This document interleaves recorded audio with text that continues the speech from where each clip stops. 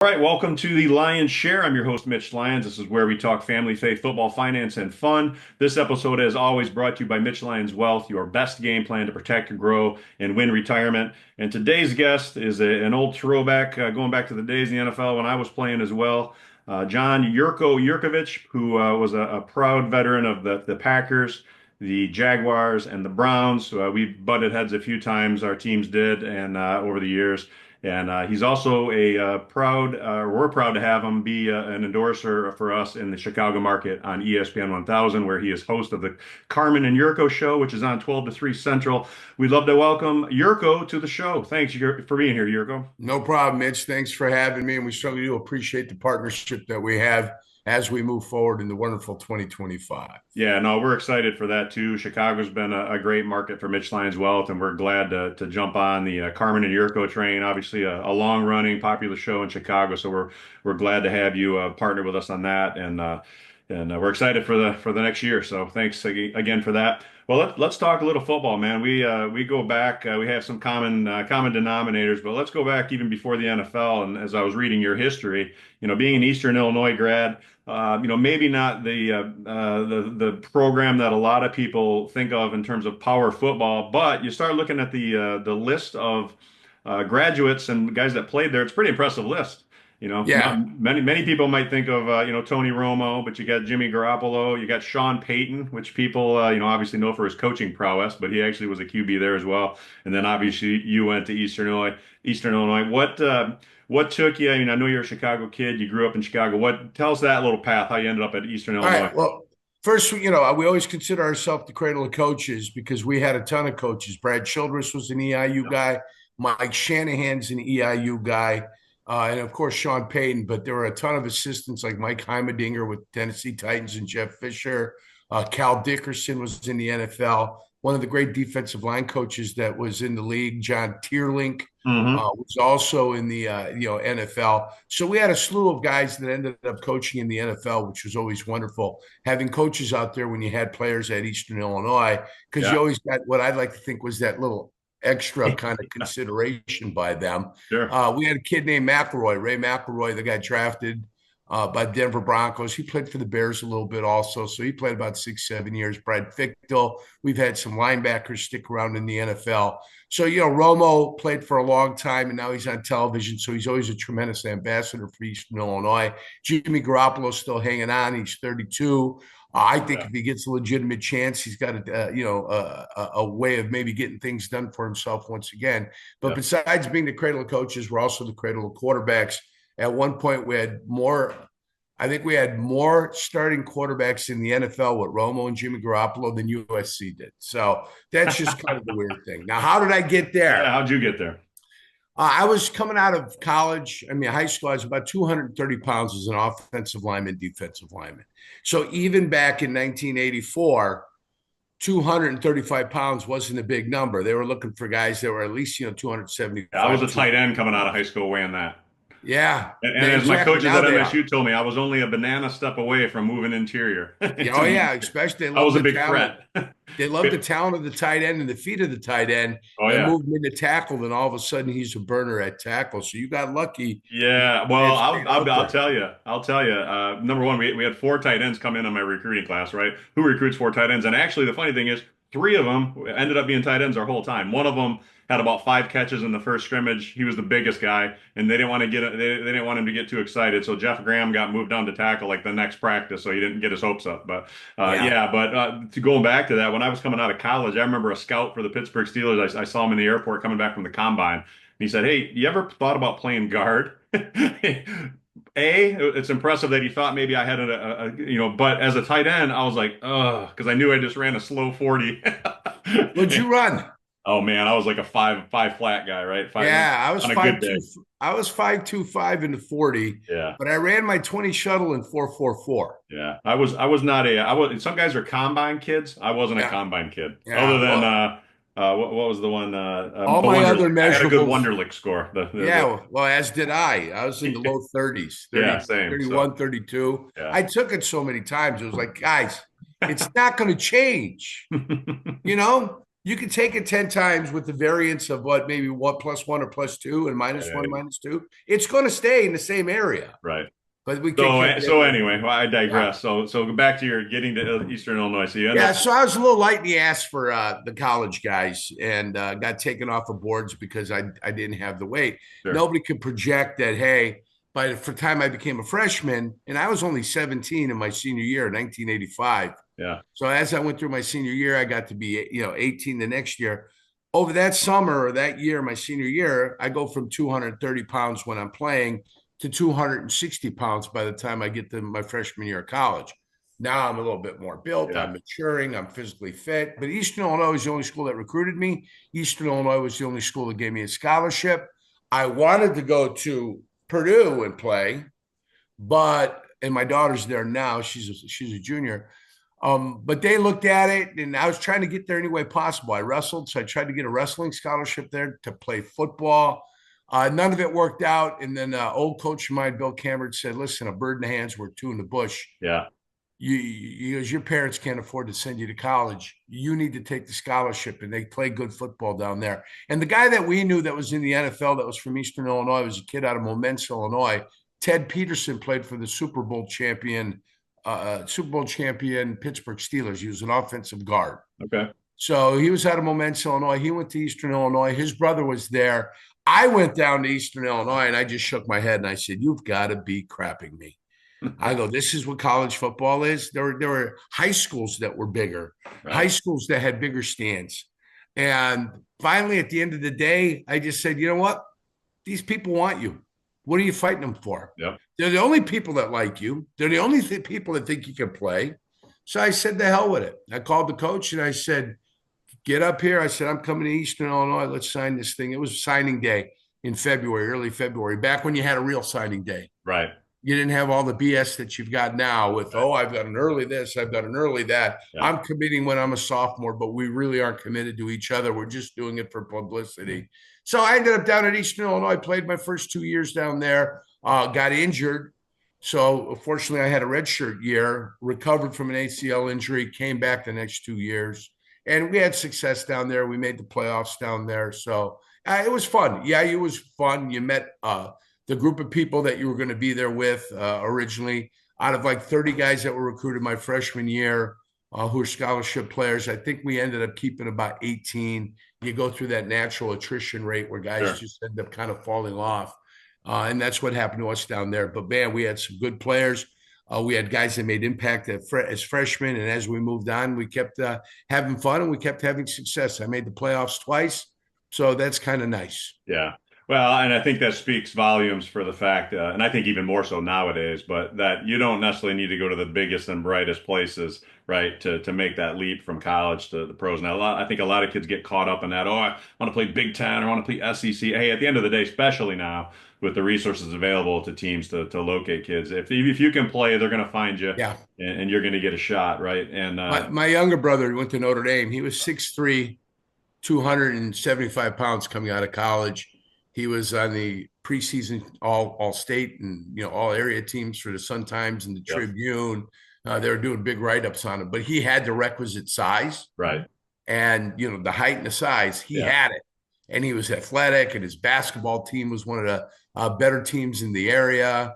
And so all that stuff kind of with each other. And he was a hot recruit. He ended up visiting Michigan, Notre Dame, and went to Notre Dame. yep. Won a Well, national I mean, hey, and championship. kids mature at different times, right? Exactly. I mean, Yeah. like you said, you were young for your, Yeah. And 17. he ends up winning a national championship his freshman year. And it's the last championship that Notre Dame has won in 1988 after they beat West Virginia in the Fiesta Bowl. Yeah, that was my freshman year at Michigan State. I remember them coming in with Tony Rice leading them at Oh, quarterback. yeah. Had Sweet a Tony Rice. Yeah, we they beat us at Spartan Stadium my freshman year. But well, then Yurko, I mean, you go on. You have I think what 9-year career. Yeah, I played And- 10. My first year was in Miami, but it was one of those practice squad years. yeah, yeah, And it's right. the best thing that's ever been implemented in the NFL. That taxi squad. Now it's 10 players Wow, yeah. where guys get a Back then it chance. was 4, I think, right? When we were playing Yeah, it was 4, 4-6. Yeah, yeah, It was because we needed them. And, that was the year that the players sued the NFL Right. after 1989. My first year was 1990. Yep. And they, for the first 4 weeks of the season, did not go with the practice squad. All the coaches were complaining. Everybody was complaining. Our guys are hurt or injured. They can't practice. We don't have enough bodies. Then they came back, they implemented it, and they started paying the guys $3,000 a week. I So, don't know what they so get paid Shula was now. still there in Miami, right? What's that? So so Don Shula was there at that time. Right. I Yeah. played for Shula, Yeah. all the old guys. Tom Olivendati was our defensive coordinator. Dan Sikonovich was my defensive line coach. Yeah. Yeah. Old school. You want to talk about old school? Whoa. I've got a photo from my rookie year. I forget what year it was Shula's last year, but I have a photo from me catching a ball against the Dolphins in a preseason game, and he's kind of standing there with his arms crossed as I'm right in front of him. It's kind of a cool pic. So, Yeah, the stoic. NFL's I think all-time winningest coach still, isn't he? I believe. Yeah, he's got 324 victories, I believe. Yeah. So the, Yeah. the question we asked on the air the other day was, will Andy Reid catch him? Well, I mean, he's got a pretty good team. We'll get into that later, but yeah, he's got a Yeah. pretty good team. Yeah. He's had some pretty successful teams over the years between the Eagles and the Chiefs. So, all right. Well, like I mentioned earlier, we had some we've shared some stories here as we've got to know each other about games that we shared, and one of them was a game that sticks out in my mind for the wrong reasons was when I was with the Steelers and. Well, the first one, I'll go back. I was doing it in Atlanta. We only played once then. We played Green Bay in the 95 playoffs. And Yep. as I told you when we talked about that, I had an impressive stat line that day of one catch for -3 yards. Jeff George tried to avoid a sack, dropped it to me, and I got tackled for a 3-yard loss. So that's my career playoff stat, which is really impressive. But so we lose that one. And I remember we were up 7-0. Terrence Mathis got a long touchdown. And man, we thought we were going to. And then, Lambeau took over and Reggie, sacked a few people. And Yeah. you know. It's Yeah. a special place, isn't it, Lambeau Field? Yeah, Lambeau's awesome, man. That was a really cool thing. We had played Green Bay previously, but it was in the old County Stadium. We actually played in the last game of County Stadium, Yeah. whatever year that was. So 1994. yeah. So that's right. Yep. So we So that played was each cool. other that day too. Yeah. Yeah. So fast forward, and I forget what year you'll know because you got hurt in this game, but the Steelers were lining up to kick a game-winning field goal. Norm Johnson, Jacksonville. Jacksonville, yep, and gets blocked and gets returned for a touchdown. Fans might remember that as the one that Bill Cowher kind of stepped out and it looked like he was going to try to tackle the DB as he ran down with the Chris. What was his name again? Chris Hudson. Yeah, so he was Cowher almost was ready to tackle him, but we end up losing. It's one of Yeah. those bad for entertainment purposes only. It's one of those bad beats in NFL history because whatever the line was, I know if we missed the field goal, if you were betting on the Steelers, you still won. But the fact that it got blocked and not only got blocked but got returned for a touchdown, it flipped the Oh, line the other way. if you bet the Steelers, you lost. Yeah, that was That's bad. the only way you could lose. Yep, They were yep, trying a field goal. The Steelers were getting points. yep. They were were they? Yeah, they were I down. think we I were think I 2-point remember dogs it. or something, and we're down You were one kicking kicking the the field field goal. goal to win the game, Yeah, and the fact it got returned for a touchdown took it above the spread. yeah, Because my bad. buddy Pete the Greek Vasily was on the Steelers. Called me the next day. He goes, "How in the hell did you got?" And I had broken my leg earlier in the game. I had a tibia plateau fracture. Me and Lagerman ran into each other trying to get the quarterback. Cordell threw the touchdown pass anyway, and me and Lagerman smashed into each other. I hyperextended my leg. Yeah, My yeah, femur crashed into my tibia, cracked my tibia vertically, and I was done for the year. They put yeah, me in IR, so it kind of stunk. But Mike Tomczak was a guy that went to TF North High School. He went to high school with me. yeah. His T-Zag's father a was my great dude. coach. So anytime Tomczak and I got together, and he was with us in Green Bay in 1991, we Yeah, always took a picture on the field together. yeah. T-Zag was a good teammate. Oh, yeah. Yeah, so that there's that game, and then we talked about later on. I'm having flashbacks though. Oh yeah, the other one, which is interesting too, came down to a kick as well. Was probably the next year? What year was that you broke your leg? I broke my leg in 97, and then 99. Yeah, when I was with Cleveland, did you get hurt already? No, we were playing. We played the yeah. There was that game. 1999. We played that game, the first game in the new Cleveland Browns stadium, right? Yeah. And I should have had the first touchdown in that stadium, which would have been a cool thing to hang my hat on. But I'm wide open in the end zone and on a bootleg, and Cordell runs it in. I mean, I don't blame him. He got the first touchdown, but I'm thinking I'm going to get this, and he just runs it in as I'm standing there watching him going. But All the guys that had Mitch Lyons' first touchdown of the game were disgruntled in the yeah, right. stands. They took their ticket. They That threw it away in wasn't the on a lot of people's garbage. bingo cards. But Yeah, but the Mitch other one I was Lyons. thinking of, the other one that sticks in my mind, and again for not good for me, but good for you Jaguars, was my last game ever in Atlanta, the last game of the year in 1996. Right, your guys' second year of Mhm. existence, and you guys need to beat us to make the playoffs. And we're coming into the game 3-12, right? So we're not exactly Yeah, world beaters that year. Everybody knows June Jones is going to get fired. Guys are playing out the string, but we come into Jacksonville and we play a really good game and we march the ball down at the end of the field or at the end of the game all the way down to like the one. And Morton Anderson, the Hall of Fame, NFL all-time leading scorer, comes in to kick less than an extra point, and Morton slips, misses the chip shot, and you guys go on to make the playoffs. And not only make the playoffs, then end up proceed to win a couple games and get to the AFC Championship game.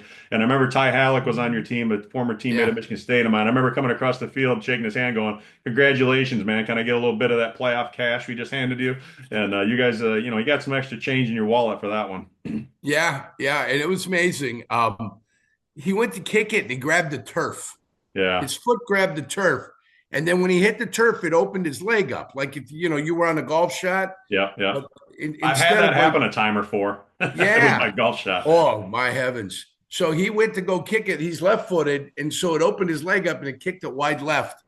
And Crazy. Lagerman came up and tapped me on the shoulder. He says, "Hey, I'm taller than you. I want to try to block it." I go, "The whole world is taller than me." So why they ever put me on the kick out, the field goal Yeah, block team, I never understood. So I ran to the sidelines and I'm watching this and I go, I can't believe we're going to lose this damn game. And lo and behold, he ends up missing. We end up winning. It's a yeah. miracle. The guy I played that day, you guys were running Jamal Anderson right up the middle, Oh yeah. and on this just a little cutback play, like a little 34 zone. And I was going up against Roman Tobin. Roman I believe Fortin. that. Roman What's Fortin, our center. Yeah, Yeah. Roman Fortin. Yep. That's his name. And I don't know if he wrestled in high school, college, but for a guy that, didn't come in with a lot of hoopla and, he wasn't Dermontti Dawson, he No, wasn't Randall McDaniel, he wasn't Larry Allen. he was strong. But my God, all he did was suffocate you all day. And he was the toughest guy I ever played against. And when I tell people, hey, toughest guy I played against was Roman Fortin. And, I had played against Dermontti and all them guys and Nate Yeah. Newton. And I say Roman Fortin. They go, what the are you saying? I go, oh no. Oh no, I know. I feel it. You can feel when you can have success against somebody, and you can feel when you're out there helpless like a child. Yeah. And there were times that day I felt like I was helpless like a child going Well, you against. know what, man? There's some dudes that just, it's like basketball or any other sport. Oh, Sometimes it's just a bad matchup for you, right? And for yeah. whatever reason, Well, he was a and bad matchup for you. he didn't make mistakes. Yeah. He didn't put himself out of position. Yeah. He never beat himself. So if you're going to beat him, you had to do something to beat him. That's why he was tougher than nails.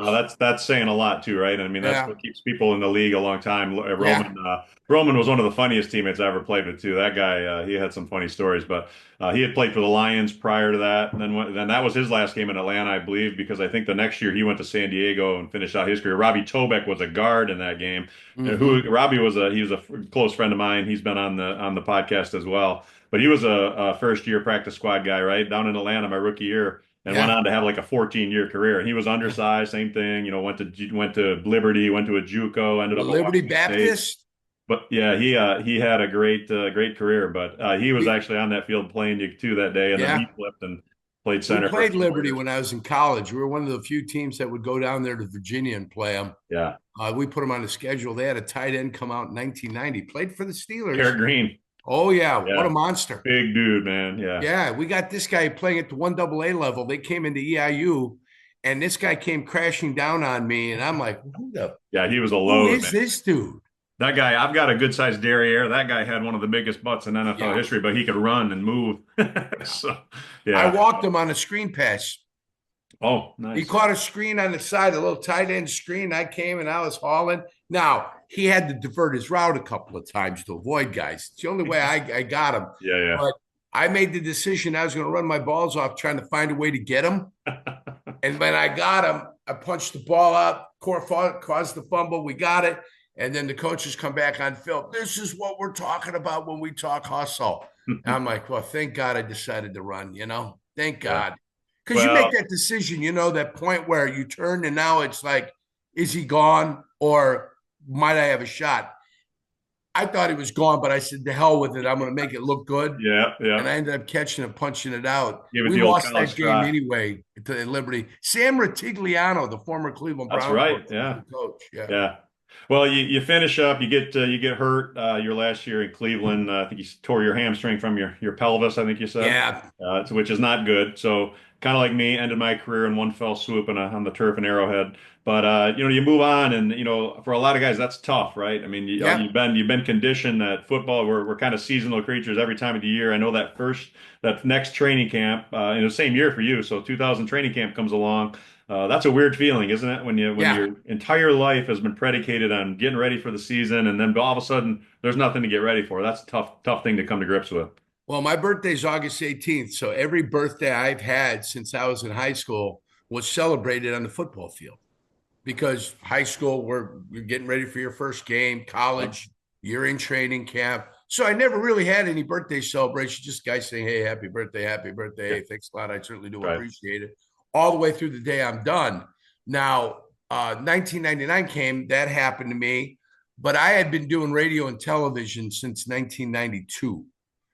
So whereas in Green Bay for those 4 years, I was doing television and radio. I went to Jacksonville, I was doing television and radio. I went to Cleveland. They knew I was doing television and radio, so they almost had things set up for me when I walked into the joint. Oh, that's nice. Yeah, I had a radio gig on the morning on AM, and I had another one on FM another day. And I was doing a TV show with Jim Donovan, who unfortunately passed away this year. Yeah. And so, we all set up. I was making a ton of money off the side. So when I got hurt and I was rehabbing, I was rehabbing like I was going to play.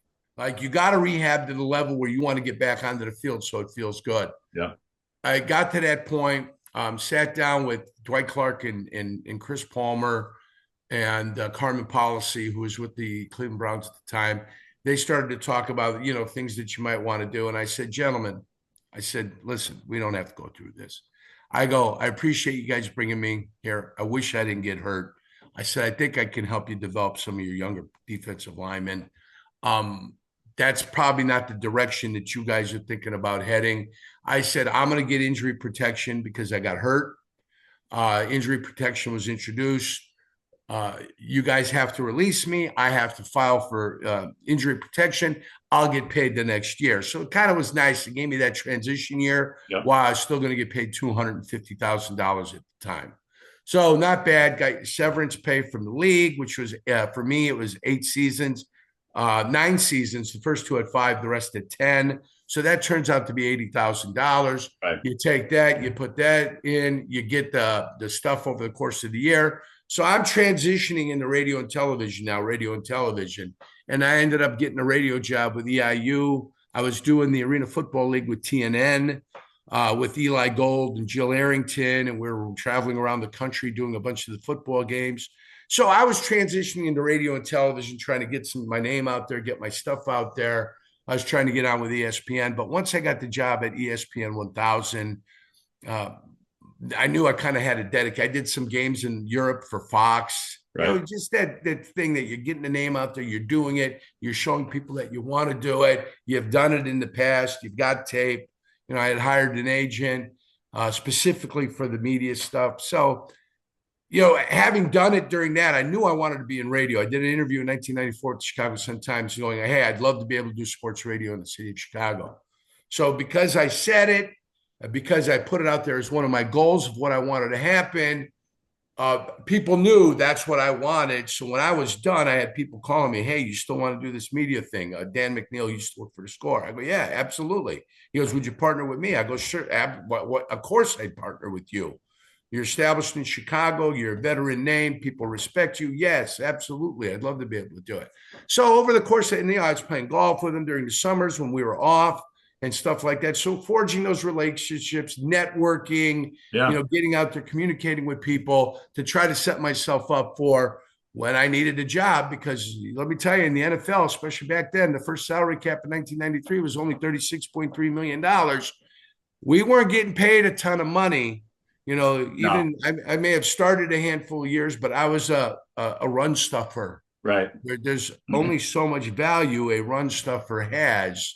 So, I it's feel one you of as a those things. backup blocking tight end. Yeah, I knew I was going to work forever. And I used to tell my wife, I go, listen, I'm going to get you something nice now because when I go to work, I go, this kind of money's not going to be rolling in. So we're not going to be spending the kind of money we used to spend. So enjoy some of the lavish stuff that we're doing now because when we get to the grind, it ain't going to be like that. So, Well, you you've got to be cognizant. You got to be wary of where you're at and what you're doing.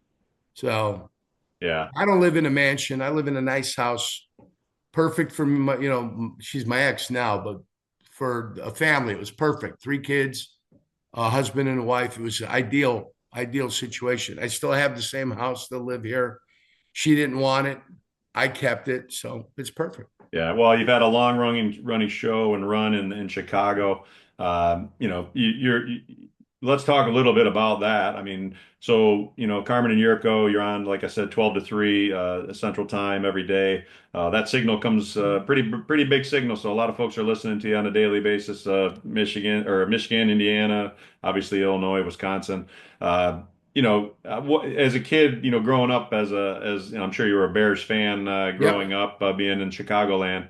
I mean, what is that like? I mean, because you're entrenched in that community, and everybody, going back to Dub Bears, everybody knows the kind of the mindset of Chicago, the blue collar ethic, the work ethic, and kind of like Lions fans, a little bit of long suffering, but at least the Bears got a championship back in Yeah. '85, and I just watched that documentary '85, which was a great documentary, by the Yeah. way.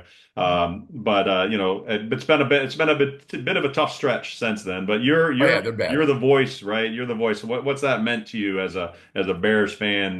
To be able to be in that role now for a long time. Well, so I'm the voice of the post game show. Peggy Kaczynski and I do the post game show. Yeah. Right after the game, we go for 2.5 And hours. emotions can be raw right after the game. You guys Oh, had a they're few very bad raw. beats. You had a Yeah. few bad beats this year where I actually watched you, and yeah, I mean that the The game in Redskins. Washington is not a Yeah. that's a bad beat. Well, and so here's the thing that I didn't like. Just one specific thing. The fragility of a football team. When you lose like that and the inability to bounce back and the inability, the character of men, really, Yeah, what are you made of? To let that one play absolutely destroy you. And the finger pointing that was going on, yeah, and it's, well, it's the media. Well, the media could say what they want. You guys got to have to be able to handle it in house in that locker room. exactly. Inside That's where those it four needs to be walls. handled. The Yeah. noise is going to come. You've got to ignore the noise, and they had a grotesque inability to They had that one combined with the clock fiasco with Detroit. Detroit. Yeah, Yeah, just yeah. unbelievable. But So, aside from that, I mean, what's it meant to you to be the voice and so I grew up in Calumet City, Illinois, and Calumet City is home of the Blues Brothers, home of the Smiley Towers. Calumet City is also in Silence of the Lambs, where he said they went to look for the first killer while the young lady was Jodie Foster was in the house of Buffalo Bill. They okay, went to Calumet City erroneously because that's where he told them they were looking for Buffalo Bill, and he wasn't there. all So right. we've got some, little history, good old Calumet Little City, Cliff Illinois. Clavin trivia there. I'm gonna note Yeah. that. Also, the FBI was formed because Al Capone used to hang out in Calumet City, and then they just take a tunnel underneath State Line Road and go to Hammond, Indiana. And so if they committed the crime there, they went to Indiana, they couldn't do anything. That's why the FBI was created, so it could go across state lines Federal and crime. get criminals without worrying about jurisdiction and stuff like Yeah, that. So I grew interesting. up there.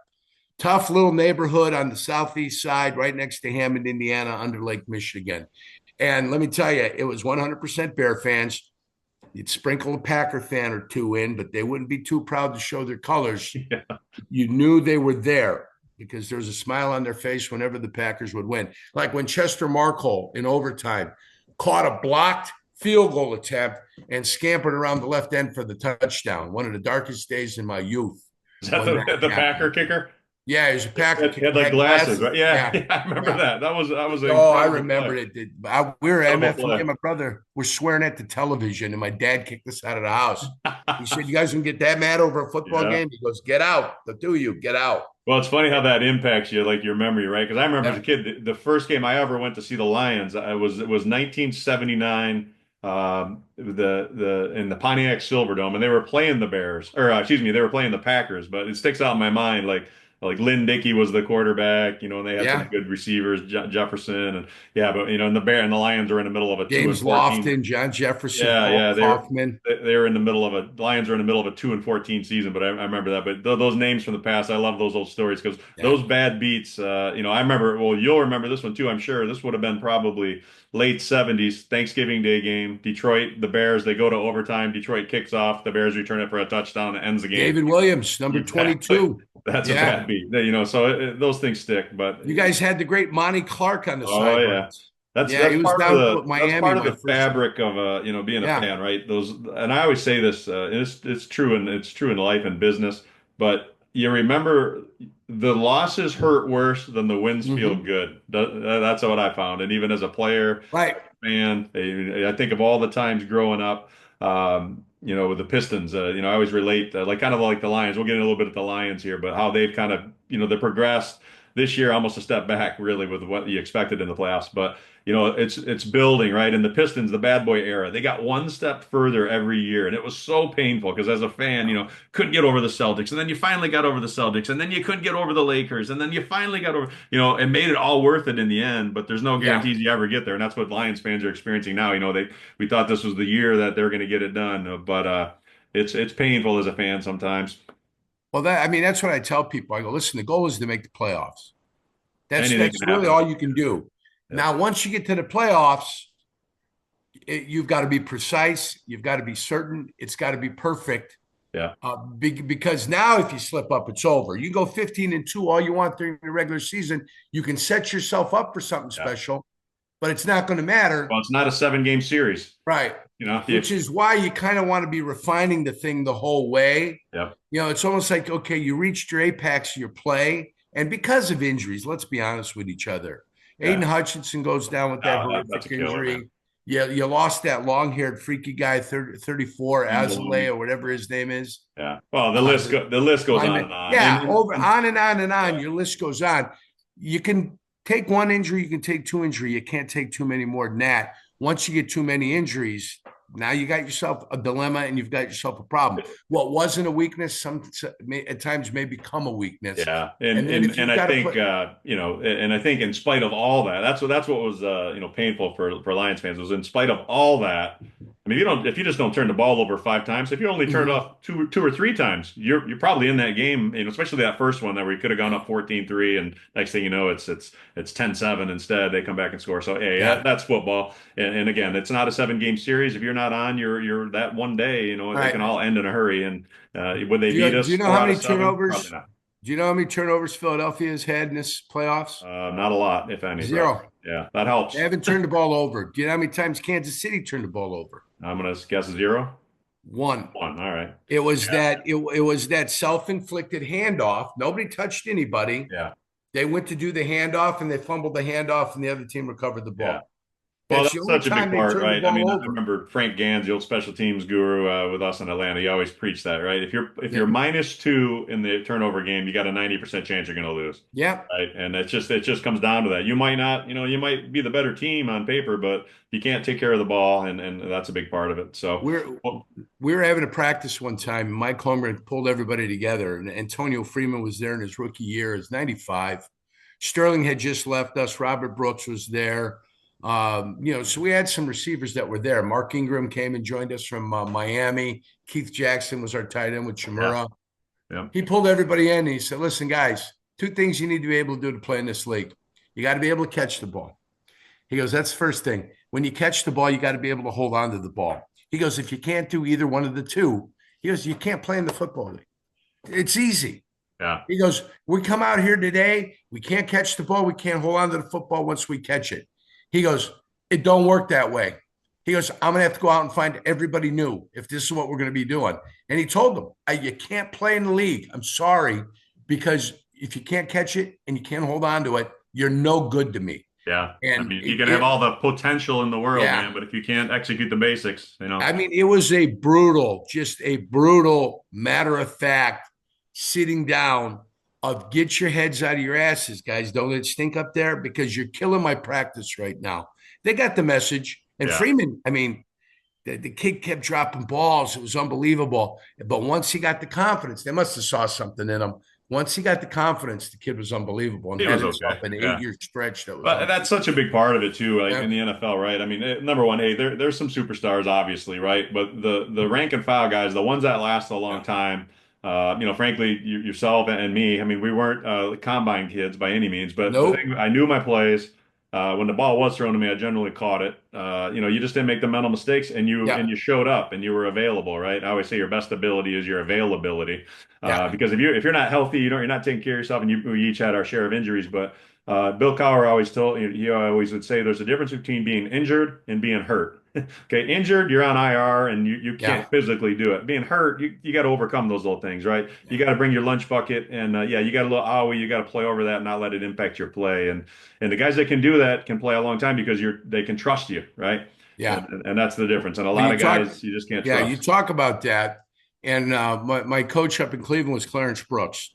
10 games into the season, he goes over a report and he tells everybody what they had. We had Herbie McCormick, Derek Alexander, Darius Holland was with us, Mike Thompson, Chris Malunga You out need of to say. Kansas, one of those names. And he puts the report out there and he puts it up everywhere. The guy's got 27 mental errors. Oof. 10 games in now, right? 2.7 a game, 26, 21, 20. Jurkovic won. And then the guy in the back goes, how is it that we all have 27 mental errors and Jurkovic only has one? Clarence Brooks goes and he sits down and he tells him, he goes, there's a reason this guy's played in the league for 10 years. There's a reason that when he comes in here and he goes, he knew Greg Blosh, who was my line coach. He knew John Peace, who was my line coach. Yeah. He goes, there's a reason that when I call their coaches and they tell me that this is a guy that's going to be absolutely perfect for you in the classroom, he's going to understand everything. He's not going to make mistakes. You'll be able to trust him out on the field. He goes, this is why if he can, he will play forever until he wants to stop. Yeah. Because this is why, because he doesn't make mistakes. Until the injury bug gets you and you just can't do it anymore, right? I mean, but you don't eliminate yourself when you don't make mistakes. Yeah. The guys that make mistakes eliminate themselves, and that's what they don't get. Yeah. So, yeah. Well, let's quick before we appreciate your time, but let's hit on. I know the Bears fans are pretty excited now with the new coaching hire. To the angst of Lions fans that Ben Johnson has jumped ship from the Lions, taking the job in Chicago. What are your thoughts on that? And where are the heads of Bears fans now as they get this bright young mind? As far as play calling, he was fantastic in Detroit. Where are you at on that hire? So Mike Vrabel and Ben Johnson were choices 1 and 1A. Vrabel, you never had a shot at because he was going to go to the New England Patriots. So Ben Johnson was the guy that you were concentrating on. We didn't think we'd have a chance to get him until, maybe after the NFC Championship game, because I certainly thought the Detroit Lions were going there. Right. The fact that he called the Bears after that loss and said, hey, called his agents to get me in there. I want to go to Chicago. Which hopefully means that he believes in Caleb Johnson or Caleb Williams, and he believes Caleb Williams is going to be his guy, that he's going to be able to get to where he needs to be. The receiver room is good, so we're happy. Antoine Randall L's a Thornton kid. He's from Riverdale, but he went to Thornton High School along with Napoleon Harris, Ty Streets. They produce nothing but athletes out there, and it's fantastic to have Ty Streets back. He's got a young kid that's going to be doing a lot of his leg work that he's brought in as his coordinator, and he's got these coaches that he's putting together. A young offensive mind that you're not going to lose. That's what they were looking for. They finally made a financial commitment to him. Ownership finally made a commitment to going after a guy and treating a guy well. So I think Bears fans are excited. There's a little bit of trepidation with Ryan Poles and what they're going to be able to do offensively. Hopefully somebody's there to help him identify offensive linemen because he's not tremendous at that. But I think everybody's excited. Yeah. At least Ben Johnson knows what a great offensive line looks like. Right. Exactly. Now, Spielman's with you guys, and I was teammates with Spielman in '99 in Cleveland. Chris was there before he got hurt in training camp, and I ended up retiring right at that point. But I know Spielman likes tough football. I know how he likes to play. He's out of Massillon, went to Ohio State. Sure. We all know what his mantra and his mentality is. We hope that the Bears figure out what that mantra and mentality needs to be because Ben Johnson has been exposed to all that. So that's what you're hoping for. Yep. And, you got Dennis Allen, who he brought in. Some guys are better coordinators than they are coaches. Dick LeBeau, great coordinator. Head coach, not so much, but a Yep. great coordinator. So I think Bears fans are excited. Their schedule next year, I don't know if you've seen it already, Mitch. Their schedule next year is an absolute bear. This year, a little bit of a cream puff schedule early on, and they could have beat Washington, didn't beat Washington. That one game propelled them because they felt so great, propelled them for the rest of their year. I look for a little buyback on Washington next year. But the Bears schedule, it's tough. Well, it's going to be tough. I mean, hey, Tough. it's tough for any team in the NFC North because the NFC North looks pretty darn good, right? I mean, Yeah. you've got now the Vikings are going to have probably, I don't know, it'll be interesting to see what happens with Darnold. Yeah. I don't know that they sign him to a long-term deal. Who knows? But either way, they've got a talented team. Clearly, the Packers are solid. You got Lions. I don't think are going anywhere anytime soon with the talent they've got, and they're basically getting an entire defense back from IR. So that's like getting a bunch of new free agents. So I But don't Mitch, expect they're going to take a real step back, even with the loss of the coordinator. So it's going to be tough to win games. yeah, but I'm going to call for a statistical buyback in the NFC North, and I'm going to tell you why. What were the four teams' records? So it's 32 games. The four NFC North records against the AFC South, that was the Indianapolis, Jacksonville group, Yeah, and the NFC West. Do you remember what the records were total? I don't. The NFC North was 26-6 in those 32 games. Wow. 8-0 by the Detroit Lions, 8-0 by the Green Bay Packers, 7-1 out of Minnesota, and the Bears were 3-5. So 5 of the losses came from the Bears. 8-0, 8-0, 7-1. Yeah. There has to be a buyback coming, a correction. And it will. It'll come back in the NFC North. I predict 12 victories next year wins the NFC North. And the thing is I don't even care as a kid that grew up as a Lions fan and watching them have the year. I said, hey, if there's one thing that I learned as a Lions fan this year is the fact that next year I could care less about whether they get the number one seed, right? Because at the end of the day, the Lions were undefeated on the road. All their 3 losses were at home. So does it really matter? I mean, it does on that snap count stuff when you're an offensive lineman. But at the end of the day, man, you got to play well when it matters, and it doesn't matter if you're in the home or road. I mean, the Steelers in 05, I think it was. They won it going on the road all 3 games to get to the Super Bowl. It can be done, right? And whether you're playing that first weekend or not, I mean, yeah, for me, I felt like the Lions needed that week off because they were so beat up. But at the end of the day, who knows, man? It's a crapshoot, like you said. You just got to get in the playoffs, right? Right. You want to be playing your best football. You want to be playing your best football. You want to be on a little bit of a roll going in. Yep. Feeling good about yourself. And you got to hang on to the ball, right? So right. I'm looking forward to this next year because I think all 4 teams will have a shot. And like you said, I mean, hey, there's going to be probably tougher schedules for everybody. Yeah. But it'll be fun. I'm looking forward to as part of my deal with Carmen and Yurko coming over to do a couple games at the Bears Stadium. Hopefully the Lions Bears game, that'd be cool. But we love Chicago. Ange and I love visiting there, and like I said, it's been a great market for Mitch Lyons Wealth there. But beautiful. Before we let you go, Yurko, you got the Chiefs, you got the Eagles. Who do you like this week in the Super Bowl? All right. Well, I think both defenses are tough. They're in the top 5 in scoring defenses. Offensively, I think the Philadelphia Eagles have been a little bit better than Kansas City. But Kansas City, they're like a boa constrictor. They get a hold of you and they just squeeze and they squeeze and they squeeze until they find a way to get in front of you, and they stay in front of you and they close out football games. Their quarterback is better than Jalen Hurts. Yeah, that's what it comes down to for me. Yeah. And I think Jalen Hurts is a little bit banged up and not 100%. Yeah. I think that would have a little bit of an effect on him not being able to play as clean as he might want to play. Clearly, Saquon Barkley is dangerous, but who am I going to trust? Spagnuolo to come up with a game plan. They stopped Derrick Henry when Derrick Henry was at the Titans and they had to play Derrick Henry in the playoffs. They always found a way to stop him and say, your quarterback's going to have to beat us today. I think it's going to be similar with Kansas City telling them it's not going to happen. Derrick Henry's not going to go off. We'll find a way to stop, and not Derrick Henry, Saquon Barkley. We're going to stop Saquon Barkley, and Jalen Hurts is going to have to beat us with his arm, and we wish you the best of luck there. I've got Kansas City winning the game 21-17, Yeah.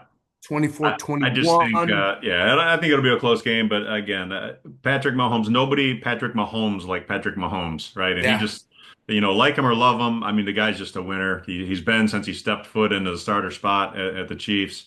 And I had an unbelievable run, and to your point, Andy Reid maybe having a shot, at the all-time wins record. Well, he's built a pretty good program there, coming off a pretty good run in Philly, his time there, yeah. and He's 66. it's been impressive what he's Right. done out there, and it helps again to have a Patrick Mahomes. But Yeah. it wasn't like I mean, it wasn't like they didn't have their share of injuries this year either, right? Yeah. Especially early on, Pacheco was out. They had to do some finagling there with their lineup, and it seems like Patrick Mahomes been. There's not like one clear. Obviously, Kelsey's Kelsey, but there's not like a one stud receiver necessarily, right? He's spreading that ball around, and he just does what he does. So it'll be an entertaining game, but I like the Chiefs as well. Yeah. And so he's had 273 victories, regular season victories. Yeah. I've got him coaching 7 more years until he's 73. I'll give him to 73. If he gets 10 victories a year with Patrick Mahomes, that Yeah. means 10-7. Yeah. These aren't outrageous numbers that No, I'm not at giving you, all. right? He had 70. He'll be at 340. He'll break it by 20. Yeah. If he decides, okay, I don't want to play for 2 years and say they've got a couple 12-win seasons in there in 5 years, which is realistic, he could possibly go ahead and break that record Yeah. and be considered the greatest coach of all time. And this is my tight ends coach. He was our tight ends coach in Green Bay when I was there. Yeah. I mean, you want to talk about a staff: John Gruden, Steve Mariucci, Andy Reid, Ray Rhodes, Right. Dick Duran, Yeah. Greg Bosch. I mean, it was a A lot of head coaches in it that. was a collection of good people. So we certainly Well, did it. if Andy takes care of himself, he's got to stop eating Patrick's nuggies, though, Yeah. Oh, he's a big fan. He likes to go to Q39 for the cheeseburger. He doesn't eat the brisket. He doesn't eat the this or the that. But on Fridays, he likes to go out and get his cheeseburger. Well, Yurko, I really appreciate your time, buddy. We look forward to the partnership we have with you in Chicago, and enjoy your Super Sunday. And we look forward to talking to you again soon. But if you like this episode, we got a lot of great episodes. Like, subscribe to the podcast, and we have a lot of great guests coming up in addition to Yurko today. But again, thanks again, buddy, and we appreciate everything you've done for Mitch Lyons Wealth. And if for those listeners, go ahead and check out our website, MitchLyonsWealth.com. Get a book, get a movie free of charge. Use our tax tool on there. A lot of neat things on there. So have a great day, and we'll see who wins in the Super Bowl, Yurko. All right, go Chiefs. All right, Mitch, thank you. You bet. Let me